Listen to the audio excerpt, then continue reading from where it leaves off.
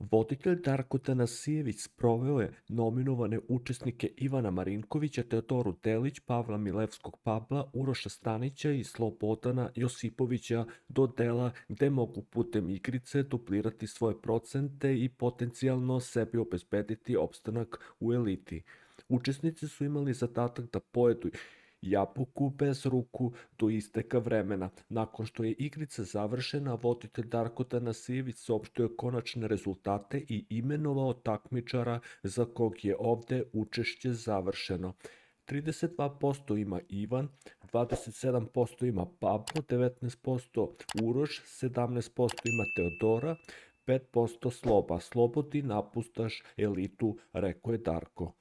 Nakon što je Slobodan Josipović zauvek napustio elitu, on je došao u studio kod voditeljke Ane Radulović sa kojom je razgovarao o svom učešću u eliti.